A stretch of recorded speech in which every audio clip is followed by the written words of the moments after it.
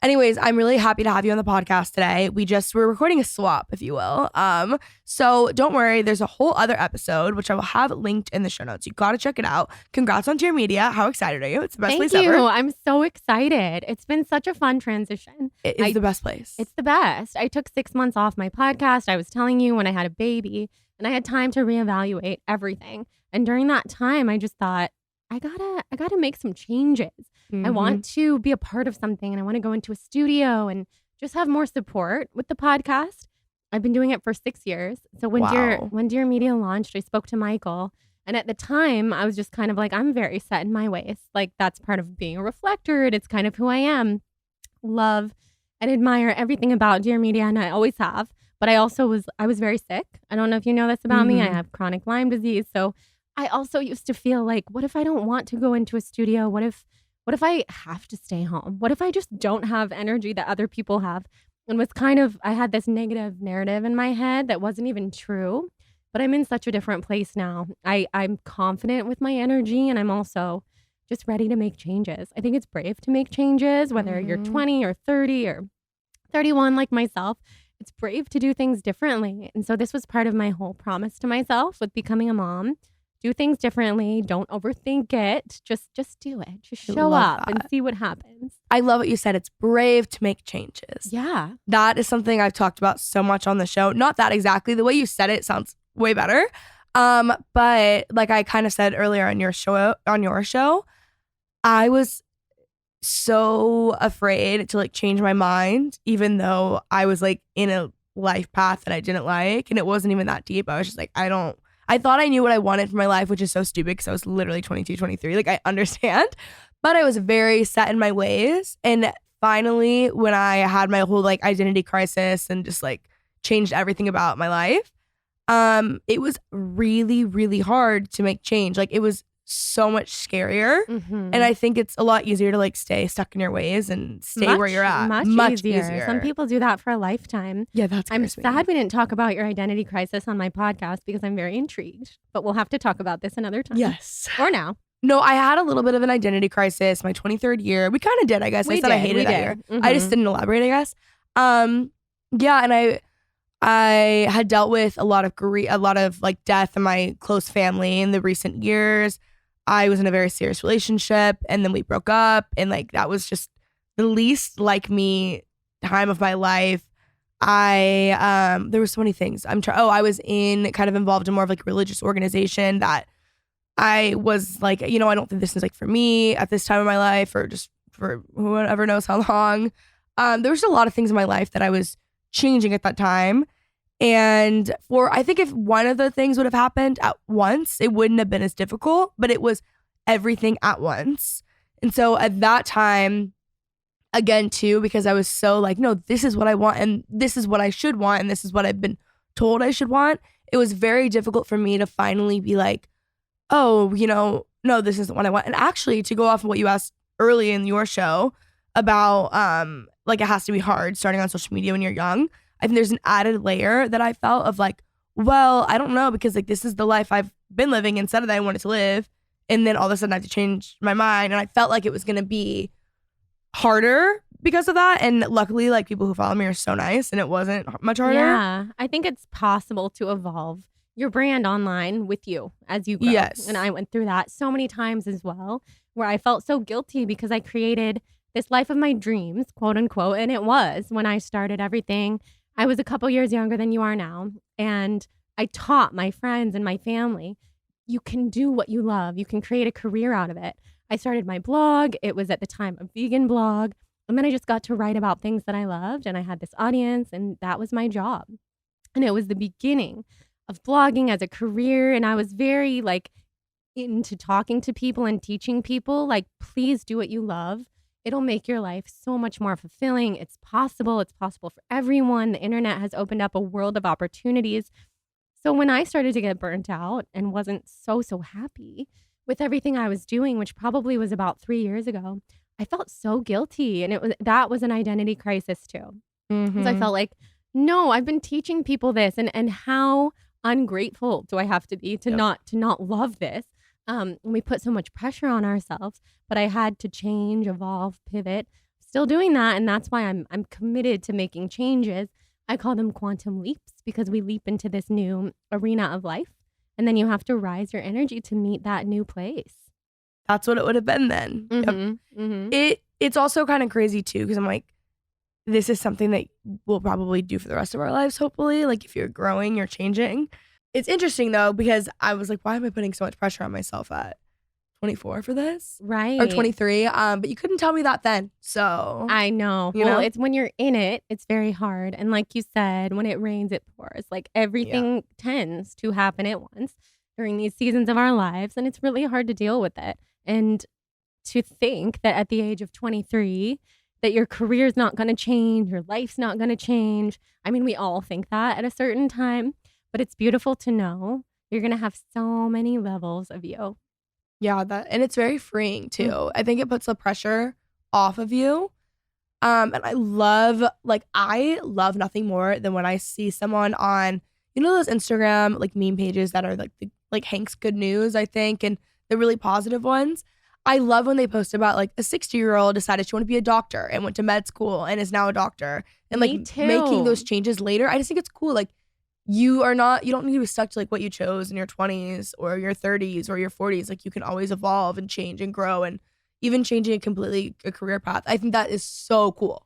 I do too. I think it's one of the bravest things. Oh, absolutely. I got my mom to start a fashion blog, which she was calling it's Dirty Martinis and Skinny Jeans, but it was fashion over 60. And she did it for a while. She still does it on Instagram. And I'm like, cool. It's so cool to do that at that age. Like there are so many people, women of her age, who like want to see, how to be fashionable. She's very, very trendy, very stylish. And I think it's brave though, because there's so many, we have so many doubts. No, it is. And you still have like 30, 40 years like left to live. And why would you throw that away and feel like you can't change or like live the life that like you truly want or are meant to live? Because you're so focused. And we all do it, obviously. We all do. I have this conversation with my dad constantly, because if we're going to talk about human design, he's a reflector, I'm a reflector.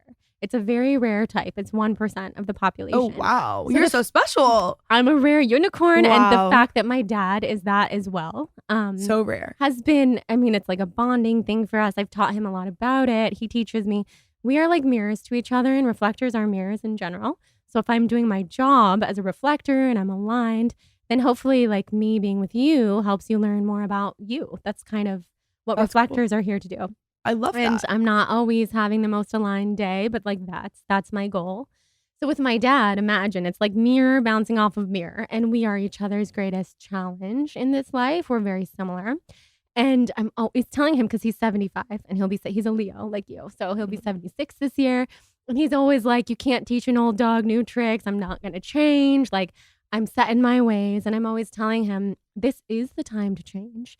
You don't want to carry this with you to the end and for the next, so many years, because he's healthy, he's active. And that's just like the biggest myth, is that at a certain age you can't change. But it's easy because people don't want to change because of fear. So it's easy to tell yourself when you're scared, well, I've always been this way, so why not just stay?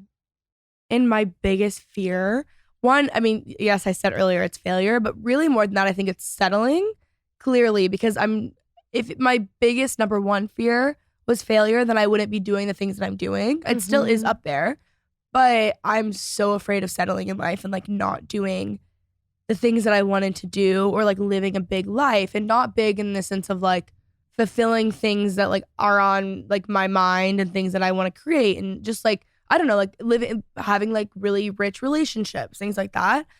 But the way I said things like that, I'm like an uncut gems. Like it sounds like I'm on TikTok. Sorry, everyone. Oh my gosh. But anyways, what advice would you give to your 20-year-old self? That's such a good question. Oh my God. What would I not give? So at that time, I was still in college. I went to college here in LA as well. I went to LMU. Oh, and cool. I think at that time, I had a lot of self-doubt. I had no idea. I also wanted to have a big life, but I didn't know what was in store for me. I struggled with a lot of anxiety. And at that time in my life, I was very medicated. I had been in therapy for many years. Similar to you, I have a super supportive family with talking about mental health. And I started going to therapy when I was 5. So back in therapy in college, I had sleeping issues, a lot of insomnia. I had anxiety. My family was going through some stuff. So I was on sleeping medication, Adderall for ADD. I was on anxiety medication, birth control, all these things. I have such a sensitive body.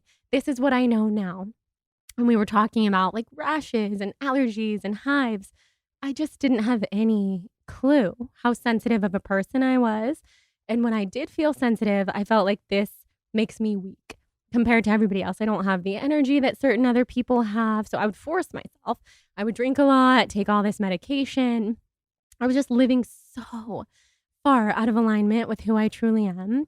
So I would tell myself, your sensitivity is your superpower. So if you want to stay home on a Friday night and sleep while everybody, or not sleep, but stay home and read, for example, take a bath, have some you time when everybody is at the clubs and the bars.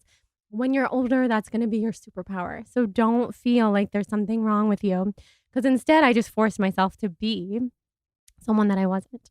I was in a sorority. I was a huge part of that. Like that was my whole life. Yeah. But I was very wrapped up in that life. And because of that, it really took me away from who I am in my heart. So when I was a senior in college, when I believe I was like 21, 22, I did a yoga teacher training and I started, which I had wanted to do for like 6 years, but finally had the opportunity to do it. And then I started to actually live this different life. And then I started to think, maybe this is inspiring to people. And throwing that aside, maybe this is inspiring to me. And maybe that's all that matters. So I started to kind of realize who I was at that time. So I guess to wrap this up, I would say get off the medications. Your life is going to be better without them. Purify, detox, cleanse, which I ended up doing at the age of 22, going vegan, starting my blog. That was kind of my first step in the direction of living a life that I feel is truly aligned to who I am in my soul. From there, I learned so much more when it came to astrology and human design and all these things that have enhanced my life so much. But I think I would start small and I would say you don't really need all these medications. And in fact, what makes you different, it makes you cool. Like who wants to be like everybody else anyway? And if I had a 20-year-old sister, that's what I would tell her. And it's so interesting that we will get so caught up in like the life around us and thinking we need to be a certain way for certain people, or this is just like the life path and whatever it might be. But like 5-10 years from now, those people that are around you or that are making you feel a certain way are probably not even going to be in your life. Yes. Like the only person that you have forever is you. Mm-hmm. So it's really crazy that like we'll get so caught up. And that's something that like helps me when I'm like feeling a certain type of way is like, okay, but 10 years from now, like who will I have, you know? And like obviously it should never be for someone else, but it also like snaps me out of it of like that should not be my priority. Of course. I mean, that's my favorite thing to remember is you are the only person who wakes up in your body every single day. And I started trying to tell myself that in college because I would wake up and I would be hungover and I would be like feeling like I was hit by a bus, but I would drink and drink excessively and party and do all these things because I felt like other people wanted me to. But in the morning or even like that night, it's like, do people really care?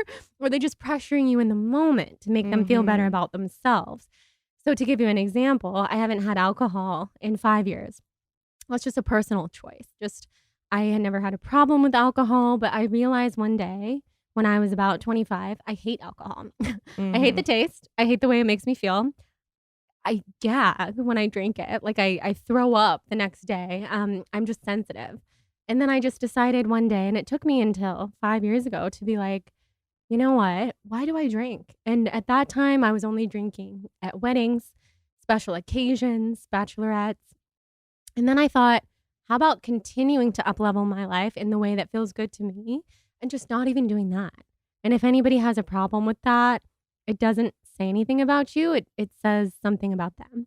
Yep. And everybody in my life now, it wouldn't even be a second guess that anybody would have judgment or anyone would feel a certain way because I have supportive people in my life. And I've also come a long way from those days of being 20 or 21 when everyone's around you and it's like, well, you have to drink. It's my birthday. Or like, you have to drink. It's my wedding. People don't say that to me anymore. And I think that's a sign that I've cultivated a circle that is very aligned. When you stopped drinking, did you have to change like your social circle, or were they supportive even then?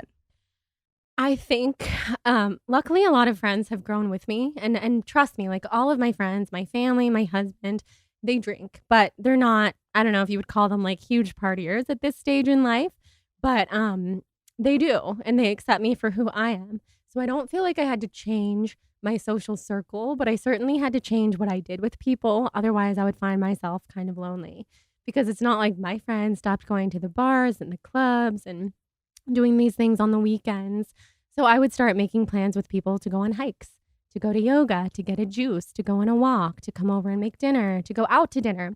Just because I don't drink alcohol doesn't mean I don't love a good atmosphere of a restaurant and that kind of vibe. So just kind of continuing to show the people in my life too. I do these things, like invite me to do these things, and having conversations and being really honest with people. Don't not invite me just because you think I might not want to come. So I would say when I was younger, when I was probably like 23 and I was still drinking, quote unquote, but I would barely drink and very, very much not drink very often. I think certain people would still pressure me, people who are still my friends now. But it was just a matter of having conversations and being like, don't say that to me. Like, I'm the same person as I always was. And if you want me to drink because it's your birthday, like that's not a really good reason. Like I'm the person who you can call. I mean, I value myself as a friend. Like I think I'm a really good friend. I think that's one of my favorite things about myself. So it's just about reminding myself and reminding the people in my life, this doesn't change anything about me. In fact, it makes me better because it makes me happier. It's also just like good boundaries. It's good boundaries. And it's like, trust me, I struggle with boundaries at this time. And I could give my 20-year-old self a whole lesson in boundaries, even though I have so much further to go. I'm a people pleaser. I am a recovering people pleaser. And I'm a current people pleaser. And I plan stuff for people. And then I put a tremendous amount of pressure on myself. Are they having fun? Is this exciting to them? Oh my God, are they going to be mad at me if they're not having a good... And I realized this about myself, like, other people don't feel so sensitive about these things that I do. It's just about getting to know yourself. The older we get, the more that we learn about ourselves. It's just we realize, again, not just our sensitivity, but our uniqueness is a superpower. Absolutely. I want to talk to you about visualizing your future self. You are an expert at this point. Like first off, your podcast is incredible. But can we talk just visualizing your future self, especially like so many listeners are in their 20s. So I feel like now's the time. Absolutely. This is something that has helped me so much. And I still do this. I'm a huge fan of Joe Dispenza's work. I know you're a reader. I don't know if you've read his books. He has phenomenal books. He also has meditations. He has retreats. Like he has single-handedly helped me change my life. And he's all about visualizing your future self. Because if we can't have a visualization for ourselves in the future, walking around like literally living the life that we hope, dream, and desire to live, then we can't necessarily get to that point. So it's all about, so to talk about manifestation for a second, to manifest is all about being able to envision and walk the walk of where we're headed in our life. So when I was struggling with sickness, chronic Lyme disease, all I wanted was to be well, to have energy again. Like I'm a naturally very energetic person.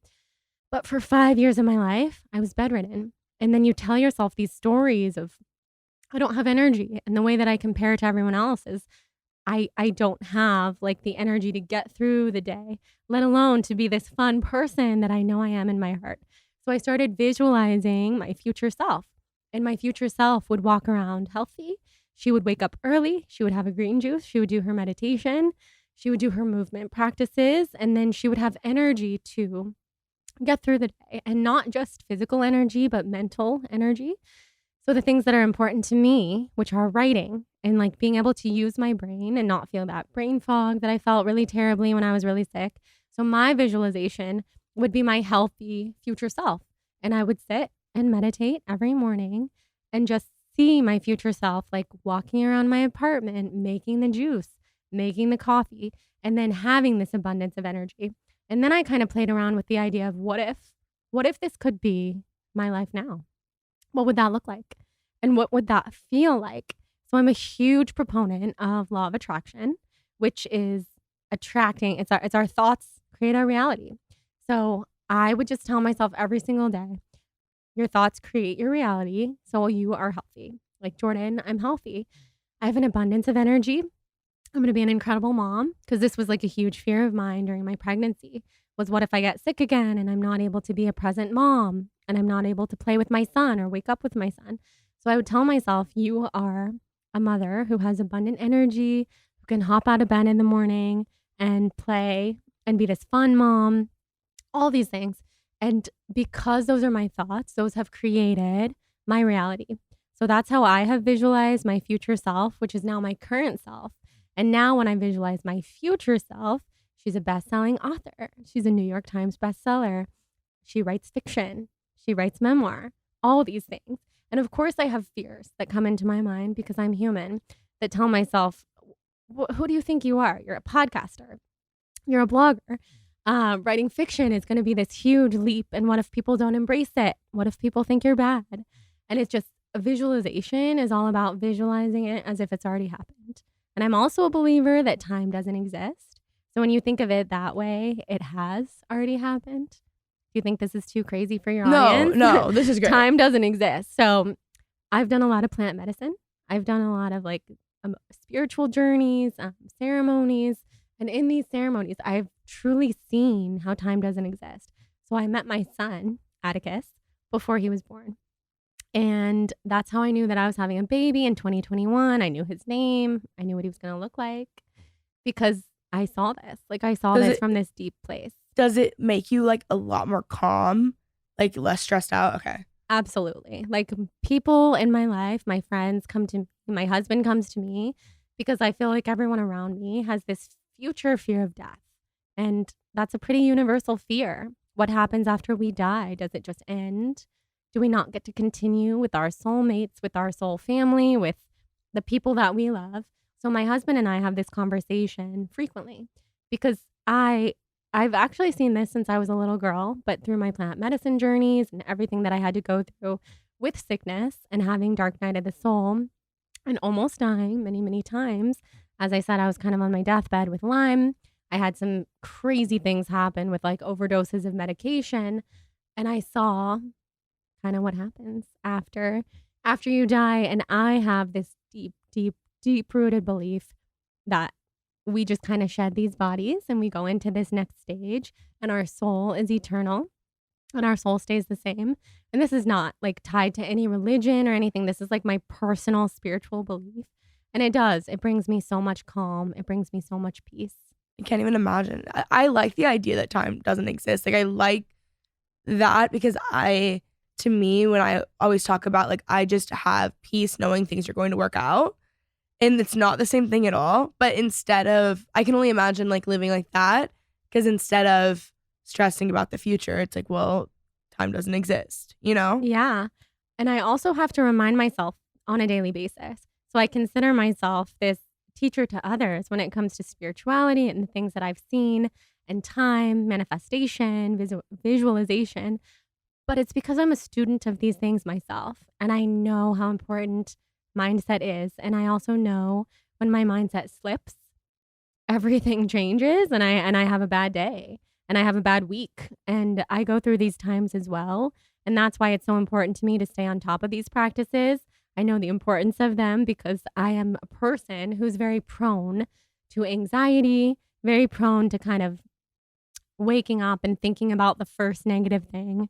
You know that statistic that's very popular these days? It's like our mind goes to the most negative thing possible when we wake up. I challenge myself then to follow it up with 10 positive things. And that's very, I think a lot of people do that these days. There's gratitude journaling, but I do this. I meditate. I don't turn my phone on for 2 hours in the morning. I am so rigid and so strict, not just for myself, but also now being a mother and having my little baby boy. He's the happiest human I've ever met. Like, he was born smiling. He's a little angel. And I don't want that to ever change. And I'm not naive. Like, that's going to change. He's going to go through hard things in his life, just like everybody does. But I want him to I want him to grow up seeing the routine that I have and to go to school and be like, my mom meditates and my mom talks about the law of attraction. And I recognize that he's a very spiritual being and he actually challenges me to be the best version of myself. That's so beautiful. I want a kid now. Like, I know. Wow. It's the best thing about being a mom. I mean, there's like 100 best things about being a mom, but it's up there. Oh, that's incredible. If someone's listening to the show right now and they are wanting to start visualizing their future self, what are some practical tips that you would give them? Some practical tips I would give. I would say start with a meditation. If meditation scares you, you can do a 5-minute meditation. It doesn't have to be long. Just carve out those minutes. I like to do it first thing in the morning or last thing at night because that can really unwind your mind before you go to bed. And then just commit to visualizing your future self. So if you're like me and you kind of need a prompt, so it's like someone to walk you through it. There's Joe Dispenza meditations. Soon there will be Jordan Younger meditations. Yay. This is something that I'm working on right now that I'm really excited about. It's all about visualization of your future life. And some people are not big prompt people. They just want to sit there. They want to listen to some good music or just be silent. And there's no right or wrong way to meditate. So that's the first thing I want to say. I feel like people are terrified of meditation, including myself 5 or 6 years ago, because I felt like there's a method and I would be bored and I don't want to do it that way. You can do it in the way that works for you. So I personally love to listen to Joe Dispenza's voice. And there's like these binaural beats. They're very calming. They'll bring you into your nervous system. Close your eyes and just imagine your future self walking around. What is she doing? What does she look like? What does she feel like in her body? Does she feel lighter than you feel now? And I mean energetically. Is she fretting about the little things? She's probably not. What is she eating? Is it making her feel good? Is she staying out really late? Or is she going to bed early? And just visualize all these little details. You can also use this to visualize in dating or in career. I know so many people are still wanting to align with that career that feels really good to them or that love life. So visualize. I did this before I was with my husband. Yeah. What did you do for this? Let's go into the dating one. Yeah. Okay. So dating is fun.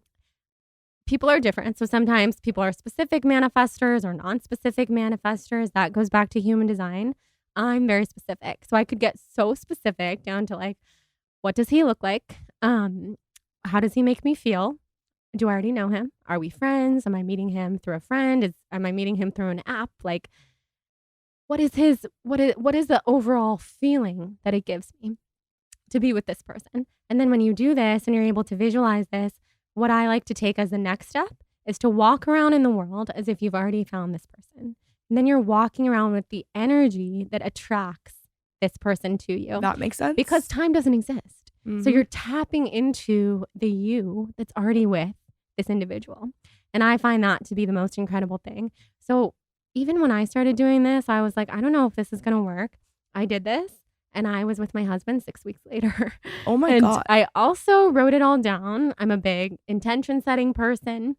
So I wrote all of this down.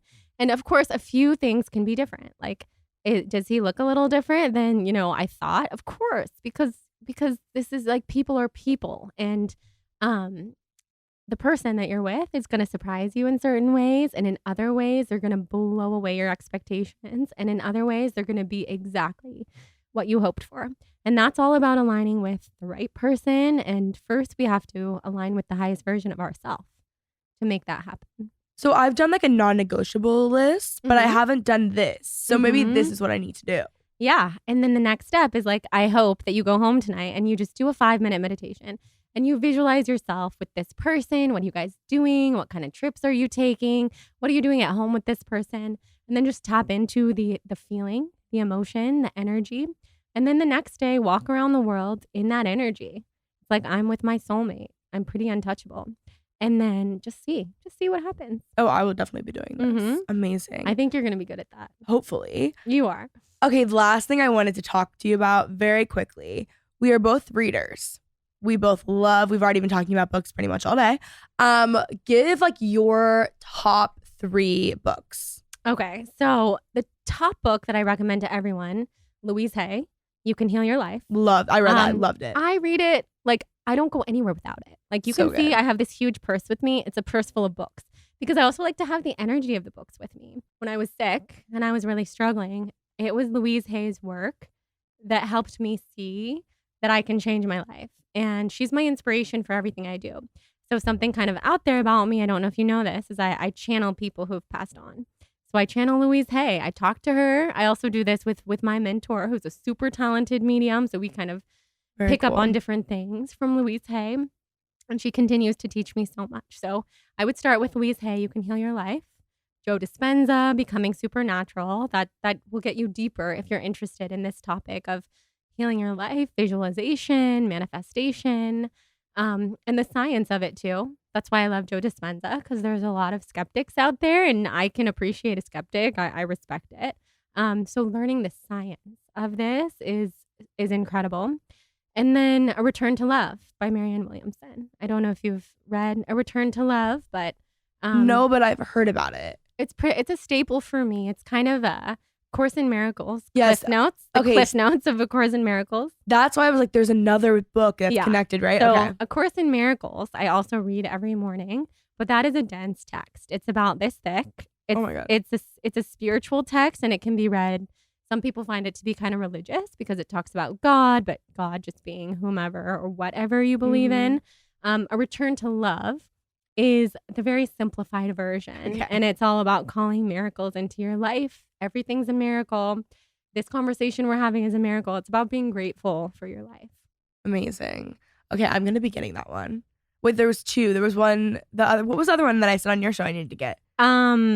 Were we talking about this one? No. Wish You Were Here or? No, the morning pages. Oh, yeah. So Artist Way. That's what I need to get. I have to get back into the Artist Way. I have to be honest, my focus is all over the place and the Artist Way keeps me very focused. So it's time for me to get back into morning pages, recommit. I need to do that. Okay, amazing. Well, thank you so much for coming on the show.